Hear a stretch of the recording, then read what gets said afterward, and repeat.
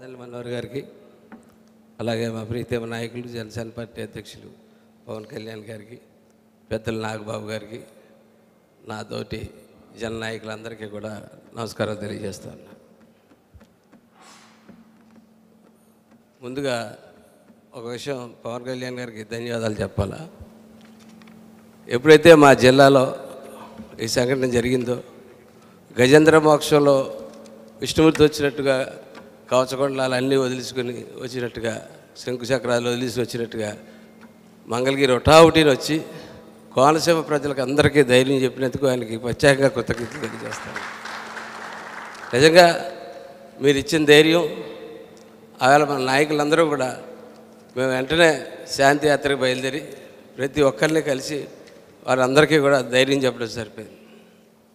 మా అధ్యక్షుడు దుర్గేష్ గారు, రాజ్బాబు గారు చెప్పిన మేరకు ఆలోచించి ఆవేళ ఒక 2 రోజుల ముందే ఈ ప్రికాషన్స్ తీసుకోవడం జరిగింది. ఏంటంటే ఈ సోషల్ మీడియాలో ఎప్పుడైతే స్టార్ట్ అయ్యి ఎక్కడికైనా ఎదరికి వెళ్తుందేమో అనేటువంటి అనుమానం వచ్చి ఒక పిలుపిచ్చాడు దుర్గేష్. మన వాళ్ళందరూ శాంతి భద్రతలు చాలా ప్రశాంతంగా ఉండాలి, దీన్ని సోషల్ మీడియాలో పెంచకండి అని చెప్పి అది పిలిపించాడు దుర్గేష్.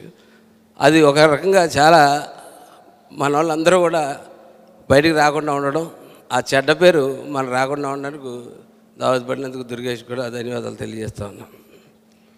అట్లాగే పార్టీ ఆఫీసు మన గాలికి వదిలేసింది, మనం ఏదో పని చేస్తున్నాం, మనం తిరుగుతున్నాం, పార్టీ ఆఫీస్ వేరే లింకులో ఉందని మనం అనుకుంటాం చాలామంది. కాదు, నేను ఎక్కడో కరపమండలో ఉన్నాను, నాకు అసలు అనంతబాబు అన్నవాడు హత్య చేసినట్టే తెలియదు. నాకు అక్కడ ఏదో కౌలు రైతులకు ఇబ్బంది అయితే వెళ్తే చక్రవర్తి గారు ఫోన్ చేశాడు, అదేంటి సార్ కాకినాడలో వాడిని హత్య చేస్తే మీరు ఎవరి పక్క కనపట్టలేదేంటి అన్నాడు. ఏంటంటే తెలియదు, అసలు విషయం ఏంటో తెలియదని చెప్పానంటే ఇలాగ అనంతబాబు హత్య చేశాడు అన్నాడు. వెంటనే శశి ఫోన్ చేసి శశి అట్లా బయలుదేరి వచ్చాడు, నేను కడప నుంచి బయలుదేరి వచ్చాను.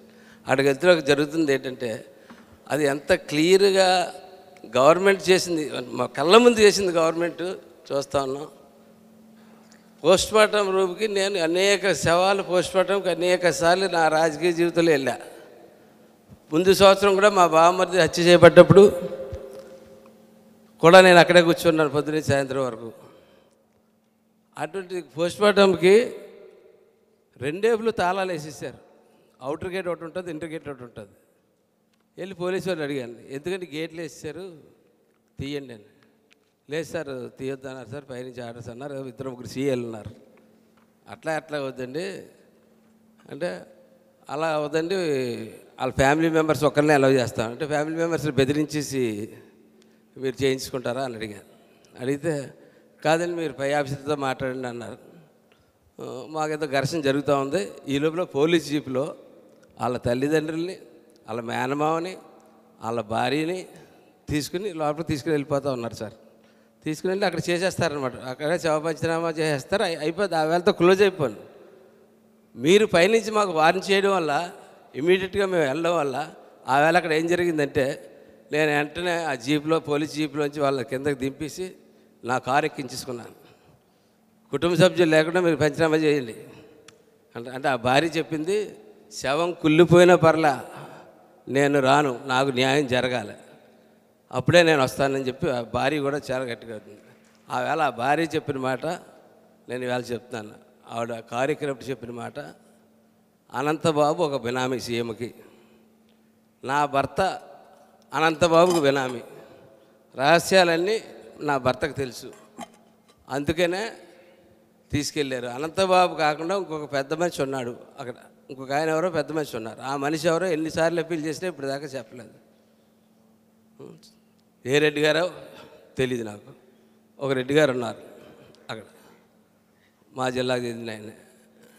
అయితే ఒక ఆరోపణ చేసినప్పుడు పూర్తిగా తెలియదు కాబట్టి పేరు పూర్తిగా చెప్పట్లే. ఆ అమ్మాయి చెప్పింది, ఆవిడ చెప్తే అతను తీసుకురమ్మన్నా, అతను ఎవరో చెప్పమన్నా, సమాధానం లేదు. ఆఖరికి గేట్లు తీయించి పోస్ట్మార్టం పబ్లిక్లో జనం ఉంటుండగానే శవ పంచనామా స్టార్ట్ చేస్తే వాళ్ళు తేల్చిందే సంతకాలు పెట్టనన్నారు. వాళ్ళ ఫ్యామిలీ కూడా చాలా గట్టిగా నిలబడ్డది. ఈ లోపల దళిత సంఘాలు కూడా కలిసి వచ్చాయి, అందరూ కూడా కలిసి వచ్చారు.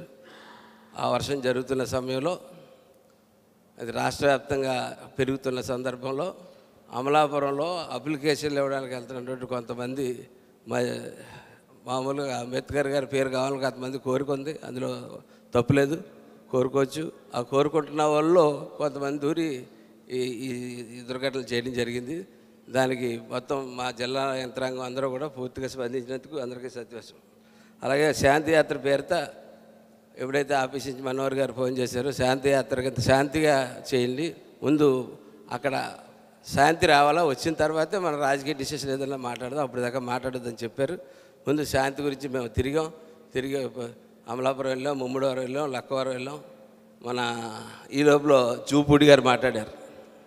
ఎంత సెన్స్ లేకుండా మాట్లాడాడంటే, జూపూడి గారు మాట్లాడితే సీఎం గారి పేషీలో ఆయన సలహాదారుడు మాట్లాడితే, సీఎం గారి ఆఫీస్ నుంచి మాట్లాడితే దాన్ని ఎలా తీసుకుంటారు?